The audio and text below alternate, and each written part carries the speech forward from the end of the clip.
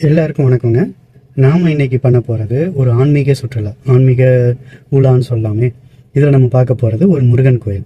இந்த முருகன் கோயிலை என்ன ஏதுங்கிற டீட்டெயில் நீங்கள் போக போக தெரிஞ்சுப்பீங்க. உங்களுக்கு இந்த இதில் நான் கொடுக்க போகிற க்ளூ வந்து பார்த்தீங்கன்னா, இளஞ்சி நாடு, பகீரதன், நாரதர், கோரன், அதே மாதிரி வல்லன், இவங்க பேரோட இந்த கோயில், இந்த திருத்தலம் வந்து சம்மந்தப்பட்டிருக்கு. இது என்ன ஏது அப்படிங்கிறத தெரிஞ்சுக்கிறதுக்கு வாங்க இப்போ வீடியோக்குள்ளே போகலாம்.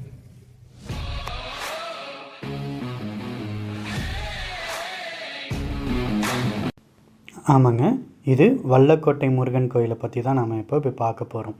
இந்த வல்லக்கோட்டை முருகன் கோயில் சுங்குவாசத்திரத்துலேருந்தும் இல்லை ஸ்ரீபெரும்புதூர்லேருந்தோ காஞ்சிபுரத்துலேருந்தோ தாம்பரத்துலேருந்தோ ரொம்ப பக்கமாக இருக்கும். உரகடம் தாம்பரத்துலேயும் காஞ்சிபுரத்துலேருந்து போகிறவங்க உரகடம் வழியாக போவாங்க. ஸ்ரீபெரும்புதூர் வந்துட்டு வருவாங்க சுங்குவாசத்திரத்துலேருந்து வரவங்க. இதுதான் இந்த வல்லக்கோட்டையை அடையிறதுக்கான ரூட். இந்த வல்லக்கோட்டைக்கு இளஞ்சி அப்படிங்கிற ஒரு நாட்டில் பகீரதன் அப்படிங்கிற ஒரு அரசர் ஆட்சி செஞ்சுட்டு வந்தார்.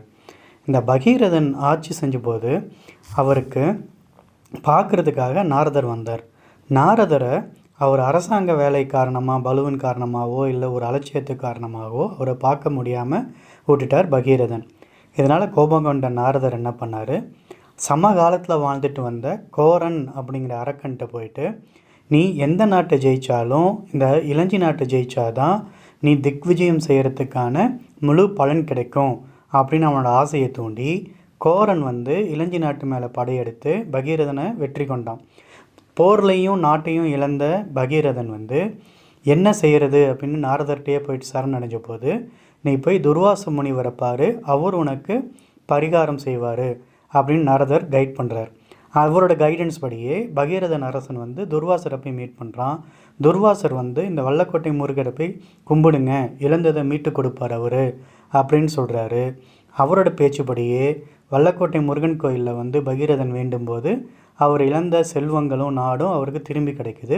இதுதான் இந்த பழைய யுகத்து கதை. அதே மாதிரி வல்லன்னு ஒரு அசுரன் இருந்தான்.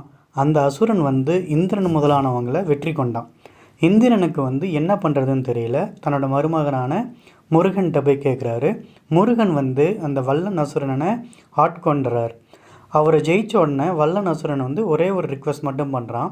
இது மாதிரி, முருகா, என்னோட பேர்லேயே இந்த பகுதி வந்து அழைக்கப்படணும் அப்படின்ட்டு.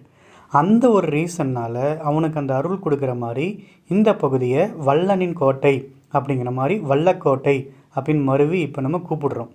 இதனால தான் இந்த கோயிலுக்கு முன்பக்கம் பார்த்திங்கன்னா ஒரு வஜ்ர தீர்த்தம், இந்திரன் அமைச்சு கொடுத்த வஜ்ர தீர்த்தம் இன்னமும் இருக்குது. இந்த கோயிலோட திருப்பணிகள் இப்போ நடக்கிறதுனால வீடியோவை என்னால் உள்ளே போய் எடுக்க முடியல. பழைய ஃபோட்டோஸை உங்களுக்கு ஆட் பண்ணுறேன், ரெஃபரன்ஸ்க்கு வச்சுக்கோங்க. தொடர்ந்து 7 வாரம் வெள்ளிக்கிழமை அன்றைக்கி நீங்கள் இங்கே வந்து கும்பிட்டிங்கன்னா உங்களுக்கு வேணுங்கிற அருளாசி கண்டிப்பாக கிடைக்கும். இது அருணகிரிநாதர் திருப்புகழ் மொத்தம் 8 பாட்டு பாடியிருக்காரு. இந்த அளவுக்கு புகழ்பெற்ற ஸ்தலம் இது. இதை கோடை ஆண்டவர் அப்படின்னு சொல்லலாம் இந்த இருக்க முருகரை. இல்லைனா இது ஊருக்கு பேர் கோடை நகர் அப்படின்னு சொல்லுவாங்க. நீங்களும் இங்கே விஜயம் செஞ்சு முருகனோட அருளாசி பெறணும் அப்படிங்கிற நோக்கத்தில் தான் இந்த வீடியோவை நான் கிரியேட் பண்ணியிருக்கேன். பார்த்ததுக்கு ரொம்பவும் நன்றி. மறக்காம சர்ப்ரைஸ் பண்ணுங்க. தேங்க்யூ.